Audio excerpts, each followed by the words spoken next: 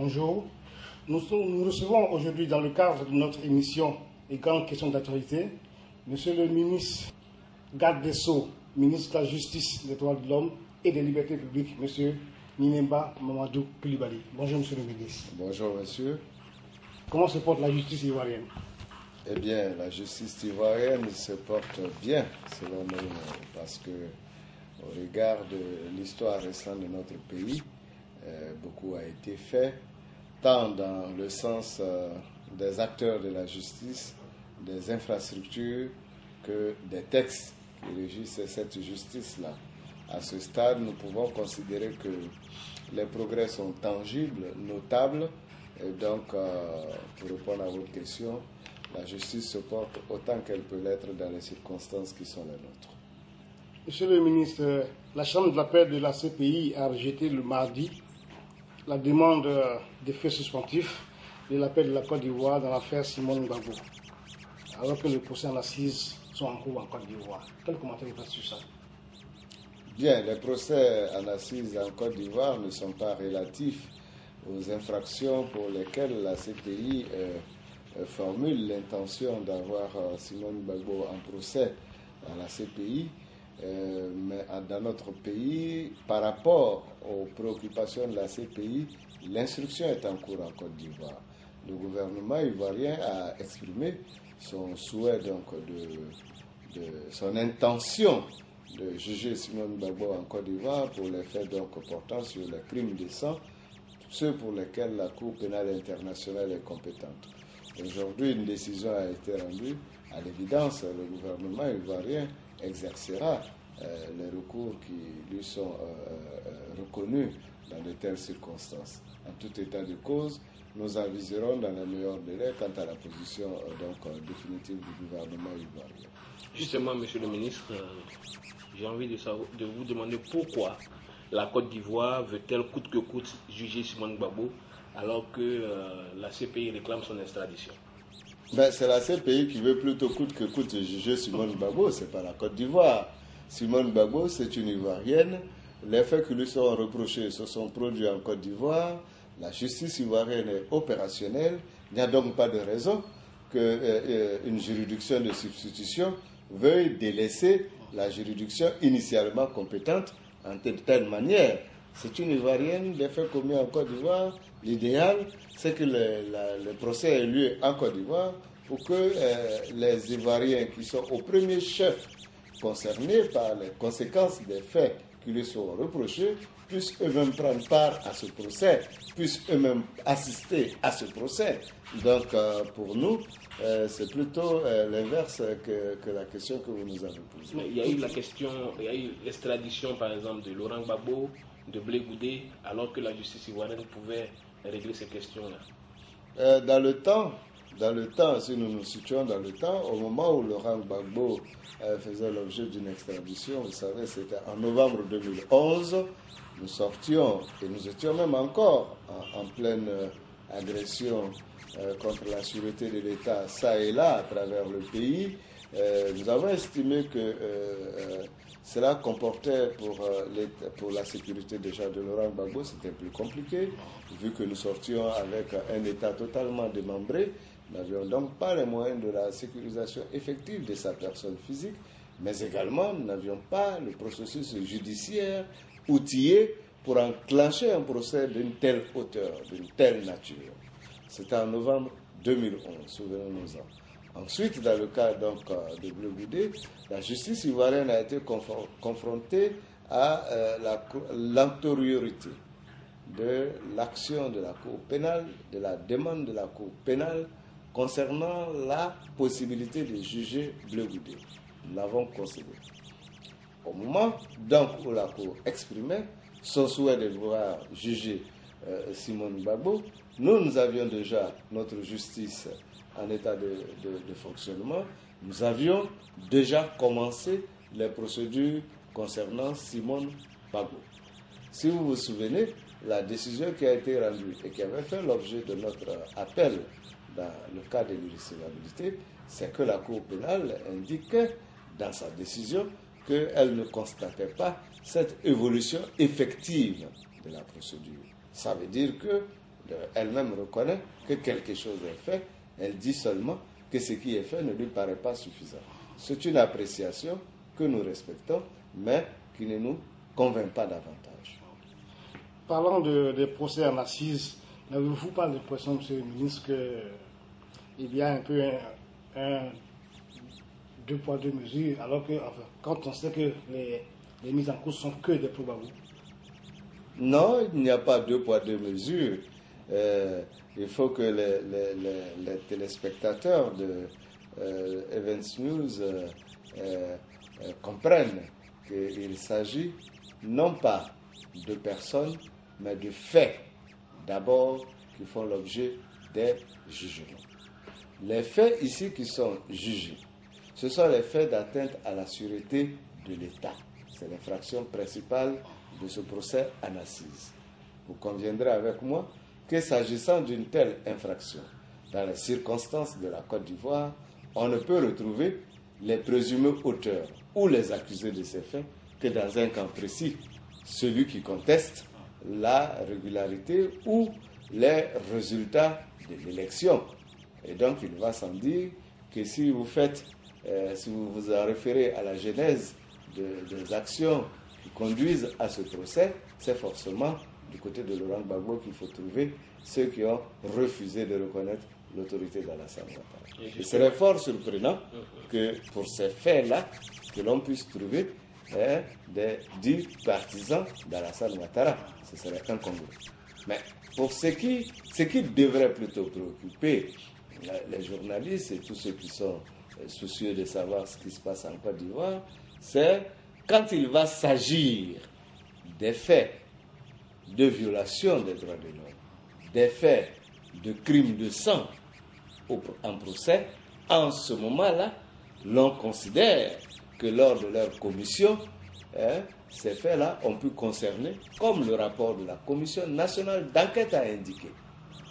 Parce que nous partons sur la base du rapport de la Commission nationale d'enquête de Côte d'Ivoire pour apprécier les événements post-crise en matière de violation des droits de l'homme et du droit humanitaire et en matière de crimes de sang. Lorsque nous allons atteindre ce procès et que à la barre ou au cours de l'instruction qui est en train de se faire, personne de tous les camps ou d'un camp n'est concerné, en ce moment-là, on pourrait apprécier ou donner l'appréciation que vous faites de l'action de la justice ivoirienne, c'est une action en cours. Voilà. C'est un observateur de la vie politique ivoirienne. Ces procès visent à éliminer des adversaires politiques.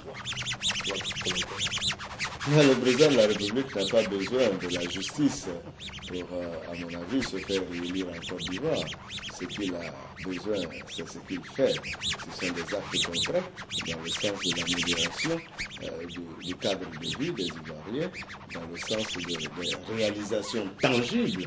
Vous venez de voir peut-être quelques images à la télévision où des gens nous disent ça fait X années, nous n'avons jamais vu une goutte d'eau dans nos robinets, où vous constatez les transporteurs qui vous disent nos véhicules se portent mieux parce que les infrastructures routières sont améliorées, ou dans le cadre de la santé, chaque Ivoirien peut accéder à un plateau technique qui conforte sa position. C'est ce que le président de la République, ou en tout cas tout élu, devrait faire pour pouvoir être réélu.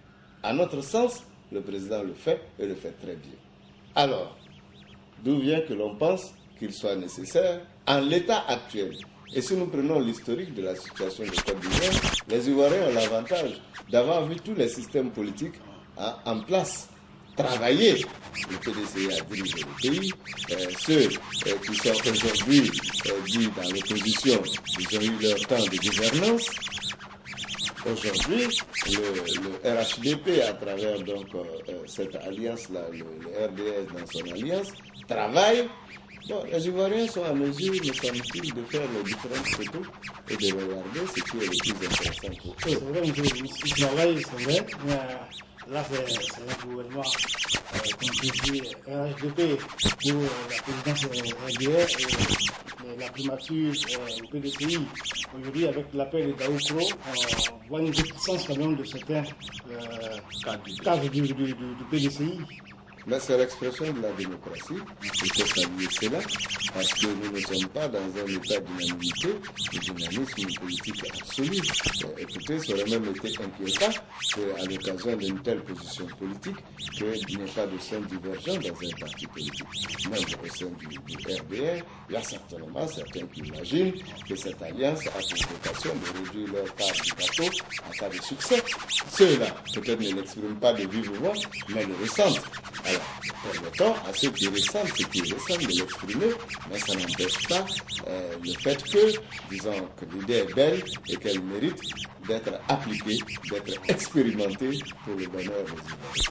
Monsieur le ministre, que pouvez-vous dire aujourd'hui aux exilés ivoiriens qui ont peur de rentrer en Côte d'Ivoire? Quand on prend par exemple le cas du Ghana, où il y a vraiment pas mal de nos compatriotes qui vivent dans des conditions déplorables, excusez-moi du terme, que pensez-vous de ça?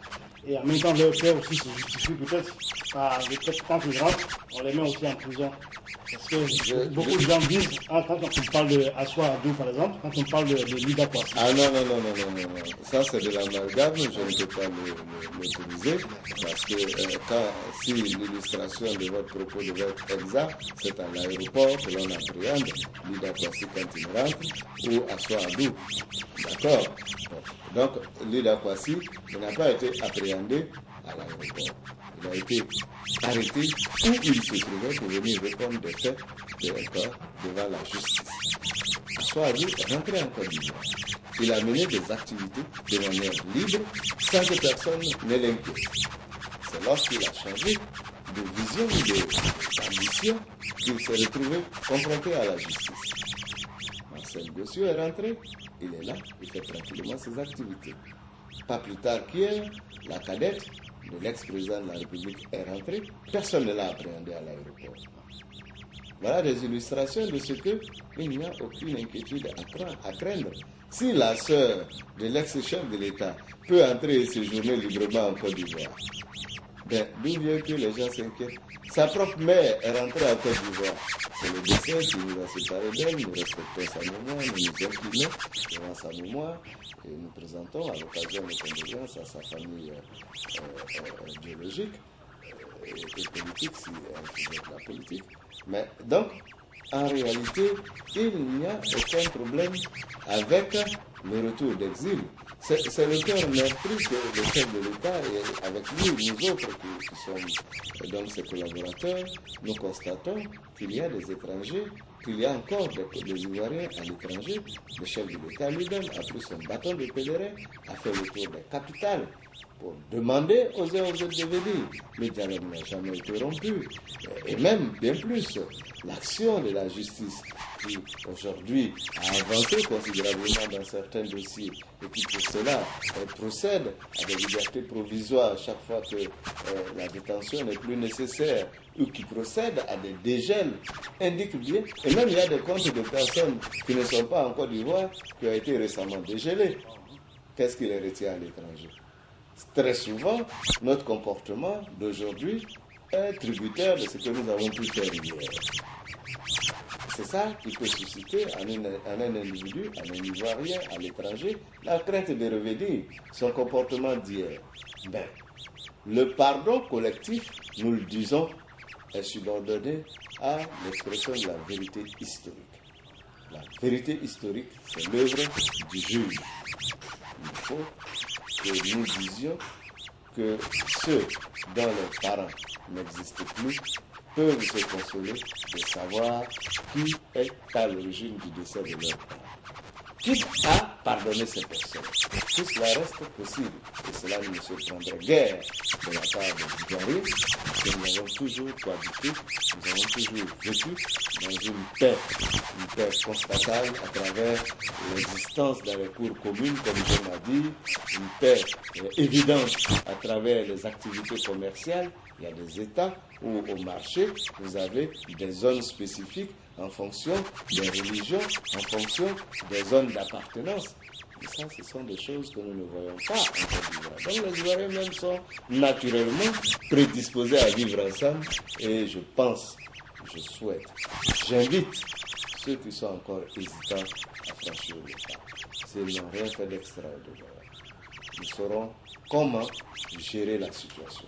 S'ils ont fait des choses extraordinaires, nous saurons comment gérer la situation. Tous les Ivoiriens, conformément à la Déclaration des droits de l'homme, ont leur place en Côte d'Ivoire. On ne peut pas empêcher quelqu'un de vivre chez lui, de retourner chez lui, c'est un droit. Et nous sommes ministres de la Justice, mais également ministres des droits de l'homme et des libertés publiques. Donc nous avons la vocation non seulement d'être celui qui assure la régularité des institutions à travers donc la protection de la loi, mais nous sommes également celui qui est chargé d'assurer donc la protection des intérêts des collectifs et individuels des Ivoiriens devant le gouvernement. Alors donc nous ne manquerons pas d'accomplir notre mission, parce que si le président nous l'a confié, c'est parce qu'il estime que cela devra être assumé, qu'il rentre en Côte d'Ivoire. En toute chose, il y a des solutions. Qu'il rentre en Côte d'Ivoire et que nous envisageons la solution ensemble. Justement, donc, monsieur le ministre, après le chapitre de la crise post-électorale, nous allons nous intéresser aux questions des droits de l'homme en Côte d'Ivoire. Récemment, l'ONU a nommé un nouvel expert sur la situation des droits de l'homme en Côte d'Ivoire. À l'entendre de plus en plus, cet expert nous dit que la situation des droits de l'homme a évolué en Côte d'Ivoire. Votre commentaire? Nous sommes donc satisfaits. Nous nous félicitons de ce que ce constat soit fait par quelqu'un qui a dans la qualité la mission, l'expert est venu en Côte d'Ivoire, mais il n'est point besoin d'être également expert en droit de l'homme, nous semble-t-il, pour appréhender la réalité du terrain. Vous venez d'arriver certainement, votre chaîne de télévision est installée hors de la Côte d'Ivoire, mais que vous connaissiez la Côte d'Ivoire à un moment donné. Vous aviez également des informations pertinentes sur la Côte d'Ivoire à la sortie de la crise, les chiffres, les statistiques sur les agressions, sur les vols, sur tout cela. Quand on parle de la situation des droits de l'homme, c'est tout cela qu'on prend en compte. Nous avons progressé à l'indice sécuritaire de quasiment plus de 2,6%. 2,6 sur l'indice sécuritaire, à aujourd'hui, quasiment la moitié, nous sommes à quasiment 1,3, comme à New York, comme à Genève, comme à Paris, en dépit de la faiblesse des moyens que nous avons. Ça, c'est constatable. Par ailleurs, il y a un certain nombre de mesures qui ont été prises pour promouvoir les droits politiques. Ce sont les actions de réconciliation, ce sont le cadre de dialogue permanent. Il y a un certain nombre d'actions qui ont été posées ou entreprises pour promouvoir les droits économiques et sociaux, la rénovation de l'université, l'amélioration des infrastructures routières, la mise en place de programmes qui prennent en compte des populations spécifiques, le PAPSI, donc le projet d'appui aux femmes de Côte d'Ivoire, qui permet aux femmes de mener des activités génératrices de revenus. Il y a tout récemment le Conseil présidentiel qui s'est penché sur la situation des jeunes à travers la création d'un fonds unique qui va permettre donc l'emploi des jeunes. Toutes choses qui mises ensemble ne peuvent que contribuer, à notre avis, à l'amélioration de la situation des droits de l'homme en Côte d'Ivoire. Je ne parlerai pas spécifiquement de la campagne que nous menons depuis plusieurs années déjà, à travers la caravane de sensibilisation aux droits de l'homme. Nous avons pu faire 10 étapes dans 10 capitales majeures de la Côte d'Ivoire. Nous avons promu une commission nationale des droits de l'homme qui satisfait les exigences des principes en la matière. Nous avons également des partenariats importants en matière de droits de l'homme. Le ministère de l'Éducation nationale a institué dans le curriculum de formation l'éducation aux droits de l'homme. Nous avons des ambassadeurs qui, à travers leurs actions sociales et professionnelles, nous aident à faire passer le message. Parce que la chose sur laquelle nous sommes tous d'accord, je crois, c'est que c'est l'ignorance qui favorise, qui est fertile à la violation des droits de l'homme. Quand vous connaissez vos droits, que je connais vos droits et mes droits, il y a très peu de chances que les violations puissent être commises, parce que vous prendrez vos dispositions pour les protéger, et conscient de ce que vous êtes dans cette disposition, je ferai en sorte de ne pas vous outrer et de ne pas entrer en contradiction avec vos droits. Donc nous faisons de la formation. Nous avons formé les forces de l'ordre, nous avons formé les femmes, nous avons formé les journalistes, nous avons formé les jeunes. Nous continuons ce processus. Nous visons très bientôt les autorités préfectorales, nous visons très bientôt les autorités coutumières de ce pays. Parce que nous pensons que si toutes ces personnes ont conscience, ne serait-ce que de l'existence des droits de l'homme et de la nécessité de leur respect, nous aurions fait un pas supplémentaire sur le chemin de la protection absolue. Absolue, c'est notre objectif des droits de l'homme en Côte d'Ivoire. Monsieur le ministre, malgré cette évolution, il y a certains détenus quand même de la crise post-électorale qui décrivent un peu leurs conditions de détention dans les prisons. Ils sont pour la majorité sans jugement du tout. Ils font 4 ans. Mais écoutez, monsieur le journaliste, moi je suis d'accord que chacun exprime ses revendications. C'est ça les droits de l'homme. Chacun a revendiqué ses droits, fait attention au contexte général dans lequel il le réclame. À l'évidence, vous ne pouvez pas demander à celui qui n'a pas une case de vous offrir une villa pour vous y abriter. Ça, c'est une évidence, il me semble-t-il. Donc, dans le cas d'espèce, ce sont les lieux de détention dont j'ai hérité. Après la gestion de ceux qui s'en plaignent, c'est dans ces lieux de détention que je les maintiens. J'ai pour ambition d'édifier de nouveaux lieux de détention. J'ai pour ambition de construire de nouvelles prisons. Mais tant que je ne les aurai pas construites, je ne peux qu'utiliser ce que j'ai. Et c'est ce dont j'ai hérité. Si la décennie précédente avait été donc jalonnée de construction de prisons aux standards internationaux, vous ne m'imaginez pas en train de venir les détruire, ces standards ou ces prisons, pour pouvoir y mettre des personnes à qui je reproche des choses. Et reconnaissez aussi que nous avons fait beaucoup en matière de détention. Nous avons innové, nous avons créé même des prisons agro-pastorales, nous avons amélioré le ratio alimentaire, nous avons amélioré les conditions de détention, parce qu'il ne se passe pas 3 à 6 mois sans que l'État n'essaie de décongestionner les prisons. Les petites prisons que nous avons, elles sont toutes petites, elles datent des années de l'avant-indépendance pour la plupart. La dernière prison construite en Côte d'Ivoire, elle a été sous Houphouët-Boigny, le président Félix Houphouët-Boigny, en 1980, la Mata. 30 ans après, combien de prisons sont sorties de terre? Est-ce que c'est un élément qui a géré cette trentaine d'années de l'administration pénitentiaire? Donc je fais avec ce que j'ai. Je comprends que je me déplore. C'est pourquoi d'ailleurs je me suis engagé à sortir de nouvelles prisons dignes du respect de l'homme, des droits de l'homme, mais faute pour moi d'en avoir de nouvelles, je suis obligé, je suis contraint à mon corps défendant, donc d'utiliser les prisons dont je dispose. Ok, monsieur le ministre, justement concernant la situation pénitentiaire, est-ce que vous pouvez nous faire le point de la situation carcérale en Côte d'Ivoire de façon générale et particulièrement de la politique de l'alternance pénitentiaire? Je pense que les transitions sont toutes trouvées dans le cas de différents chapitres, comme si j'imaginais ce que vous alliez me demander. Mais enfin, c'est ce dont je parlais tantôt. Oui. Écoutez, vous ne pouvez pas être ministre des droits de l'homme, parce qu'à côté du ministre de la Justice, je ne parle pas de garde des Sceaux, à côté du ministre de la Justice, il y a le ministre des droits de l'homme et des libertés publiques. Les libertés publiques, c'est peut-être un autre chapitre qu'on envisagera une autre fois. Mais si vous êtes ministre des droits de l'homme, vous pouvez et vous devez vous préoccuper des droits de tous les hommes, qu'ils soient en liberté ou en détention. Conscient de cette mission, nous avons fait l'état de nos maisons d'arrêt quand nous sommes arrivés pour constater qu'il y avait beaucoup à faire. Et s'il y a beaucoup à faire, il faut commencer par le plus important. C'est ce que nous essayons. C'est ce que nous essayons.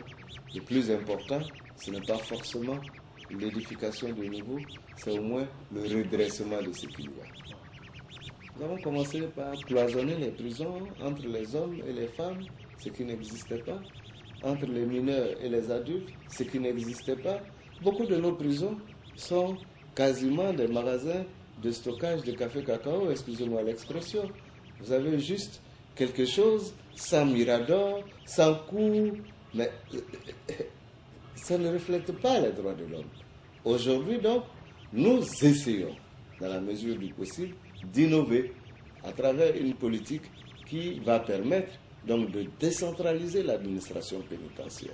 C'est la première innovation. C'est-à-dire que l'administration pénitentiaire, on ne va plus gérer les prisons à partir d'Abidjan. On va gérer les prisons à partir d'un découpage administratif qui va rapprocher les gestionnaires des maisons d'arrêt qui sont sous sa coupe. Nous avons institué les champs pénaux pour permettre au moins aux détenus qui le souhaitent et qui le peuvent en fonction de leur condamnation de faire des efforts physiques à travers les travaux champêtres et l'amélioration de leur nourriture, de leur alimentation après ces efforts-là, parce que ces champs vont produire un surplus en qualité et en quantité. Nous avons également ouvert, comme je vous l'ai dit, le champ, la ferme pénitentiaire de Saliakro, qui est une autre expérience de la détention où l'on fait de la formation agro-pastorale, avec pour objectif de permettre une réinsertion sociale plus aisée. Nous sommes aujourd'hui à l'étape de vouloir démultiplier cette expérience. Nous l'avons réussi grâce à l'appui des partenaires internationaux. Il y a une contribution de l'État, mais la grosse partie, c'est les partenaires internationaux. Je voudrais donc saisir l'opportunité de cette interview pour demander à nos partenaires de continuer à nous appuyer dans ce projet, parce que les premiers résultats sont fort encourageants. Il serait bon que nous ayons 3-4 champs pénaux selon les grandes régions de la Côte d'Ivoire pour accroître davantage nos capacités d'améliorer l'alimentation des détenus. Nous sommes également en pourparlers avec le collègue du gouvernement en charge des questions sanitaires pour améliorer l'environnement sanitaire des détenus. Il faut pouvoir affecter des spécialistes à l'entretien physique et sanitaire des détenus. Il faut pouvoir doter les prisons des produits nécessaires pour assurer l'état sanitaire des détenus. Sans que nous nous enflattons, si vous pouvez le vérifier, entre ce qui se passait il y a quelque temps et ce qui se passe aujourd'hui, la mortalité a baissé. L'état de santé général n'est pas forcément au meilleur, mais aujourd'hui, nous assurons à tous les détenus au moins un repas normal, sinon 2, selon les structures et la population carcérale du moment. La prochaine étape, c'est la formation professionnelle dans l'esprit des métiers que l'on peut exercer. Mais là, vous comprenez que c'est dans l'esprit des prisons modernes. Parce que si vous avez une prison qui n'est constituée que par un bâtiment sans cours de récré, sans espace, où allons-nous apprendre la menuiserie? Où allons-nous apprendre la maçonnerie? Où allons-nous apprendre la mécanique? Donc, les infrastructures elles-mêmes ne sont pas favorables ou ne favorisent pas cette formation. Sinon, avec le responsable gouvernemental de la formation professionnelle, nous avons les outils. Nous avons des cars mobiles qui peuvent se déplacer aux abords des prisons pour faire la formation. Nous avons dans certaines prisons des infrastructures qui ont été pillées lors donc, de la crise post-électorale. Le prisonnier s'évadant, prend une machine à coudre, prend une pelle, Donc aujourd'hui, il faut refaire tout ça. Dans une certaine proportion, ce n'était pas l'urgence. L'urgence, c'est de faire en sorte que les couchettes, la propriété, l'hygiène dans les prisons soient de retour. Aujourd'hui, où ce B.A.B.A. est acquis, Nous sommes en train donc de projeter le rééquipement des ateliers de formation dans les maisons d'arrêt qui ont des infrastructures dédiées à cela. Nous avons également commencé à disposer de nouvelles technologies sécuritaires au niveau des maisons d'arrêt, notamment au niveau de la maison d'arrêt de correction et d'Abidjan, la plus grande et la plus récente, qui offre quelques capacités d'adaptation. Nous avons posé un SAS qui permet aujourd'hui de filtrer l'entrée à la maison d'arrêt, de contrôler donc ce qui y entre et tout, d'où les prises récentes qui illustrent bien que ce mécanisme fonctionne bien. Donc nous essayons, avec le peu de moyens et avec les idées que nous avons, d'améliorer globalement la sécurité en détention, l'hygiène en détention, l'alimentation en détention, et nous pensons qu'il ne sert à rien de corriger quelqu'un qui a fauté sans lui donner les moyens de ne plus fauter. C'est ça la formation, l'alternative à la détention que nous prenons et dont nous sommes convaincus du bienfait. Justement, lors de la cérémonie de présentation de vœux, vous avez demandé au juge d'appliquer la célérité. Qu'est-ce que cela veut dire? C'est-à-dire que les juges ne travaillent pas comme vous le souhaitez? Et d'éviter aussi les peines. Oui, les longues détentions préventives. Non, tout ça s'inscrit dans le souci de la promotion des droits de l'homme. Vous savez que la détention préventive, dans notre droit que nous avons hérité du système romain, est une mesure exceptionnelle. Normalement, le juge arrête quelqu'un, le prive de sa liberté et de ses moyens de production par une détention, quand il a besoin de pouvoir disposer de la personne pour faire son instruction, quand il a besoin d'éviter que la personne supposée avoir commis une infraction ne puisse ou en effacer les conséquences ou perpétrer de nouvelles infractions. C'est ce qui devrait déterminer le juge à placer quelqu'un sous mandat de dépôt. Alors, ce que nous constatons, c'est que assez souvent, et du fait de trop grand nombre de dossiers, certaines personnes durent un peu trop en détention préventive à notre goût. Je confesse que les juges ne sont pas toujours dans les conditions optimales pour travailler, mais il reste que j'ai le droit d'attirer leur attention dessus et de les exhorter à faire en sorte que s'il n'était pas évitable de leur part de détenir quelqu'un, qu'ils fassent en sorte que ce détenu soit un prioritaire dans leur action et que cela débouche sur de très courtes périodes de détention préventive, donc pour éviter au finish de détruire la personne. Parce que quand une personne fait une longue détention préventive, si par extraordinaire elle venait à être déclarée non coupable, imaginez ce que cela fait. Plus de famille, plus d'emploi, même plus la santé, et après on dit non, les faits ne sont pas évidents. Parce que le juge du jugement est tout à fait indépendant du juge de l'instruction, il peut avoir dans l'application ou l'appréciation de la loi des conditions différentes. Voilà pourquoi j'exhorte les juges à aller dans la célérité. Parce que la célérité aussi, ça ne concerne pas que les dossiers pénaux, mais il y a aussi les dossiers civils. Quand deux couples sont en situation d'inconciliation totale, il ne faut pas faire traiter les choses. Il faut faire en sorte qu'au bout d'un certain temps, l'un ou l'autre puisse reconstruire sa vie, puisse s'organiser parce que le lien initial n'existe plus. Quand vous assignez votre employeur devant le tribunal parce qu'il vous a licencié, à l'évidence, si vous passez 12 mois, 18 mois avant d'avoir une décision, elle risque de ne même plus pouvoir réparer toutes les conséquences du chômage qui vous a été imposé par ce renvoi.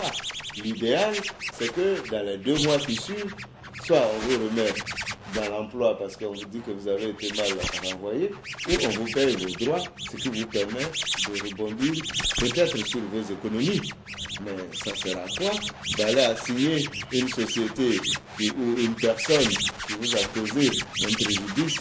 Et donc vous allez la signer en paiement et pour avoir donc causé un préjudice, vous demandez 500 000 francs, on le juge 6 ans après, même si on reconnaît à vous payer les 500 000, je ne pense pas que ça puisse réparer le préjudice qui résulte du fait qu'il a décoiffé votre maison, ou qui résulte du fait qu'il a coupé vos arbres dans un champ, ou qui résulte du fait que etc. Donc il y a beaucoup d'illustrations qui indiquent que, en tout cas, autant que le juge fait, il faut qu'il aille vite. Il faut qu'il aille vite. Mais aller vite, ce n'est pas la précipitation, ce n'est pas l'inappréciation de la loi. Voilà pourquoi, quand ça se trouve, j'invite mes collègues juges à faire attention à la gestion des dossiers dans leur office. On a tous appris au cours de la formation et donc je ne fais que faire des rappels car cela est pédagogique. En tout cas, merci monsieur le ministre, monsieur. Merci en tout cas d'avoir reçu à votre cabinet ministériel Event News TV. Merci beaucoup monsieur le ministre. C'est moi qui vous remercie de l'opportunité que vous m'offrez de renseigner vos téléspectateurs. Je voudrais profiter de ce que nous sommes donc encore dans le premier mois de l'année pour formuler à vous-même, toute l'équipe qui nous rend visite aujourd'hui, à tous vos collègues qui sont restés sur place et à tous vos téléspectateurs. Je veux le meilleur de bonnes heureuses années 2015. Fasse le Seigneur que nous puissions nous retrouver certainement dans les mêmes conditions de santé ou améliorer en début d'année 2016 pour faire le point de ce que nous nous sommes dit aujourd'hui. Merci beaucoup à vous. Spectateurs de Event News TV, nous étions avec le ministre Nguinéba Coulibaly, ministre de la Justice et des Libertés publiques en Côte d'Ivoire. Merci de nous suivre et à très bientôt. Et bon retour chez vous. Merci beaucoup. À très bientôt. Merci.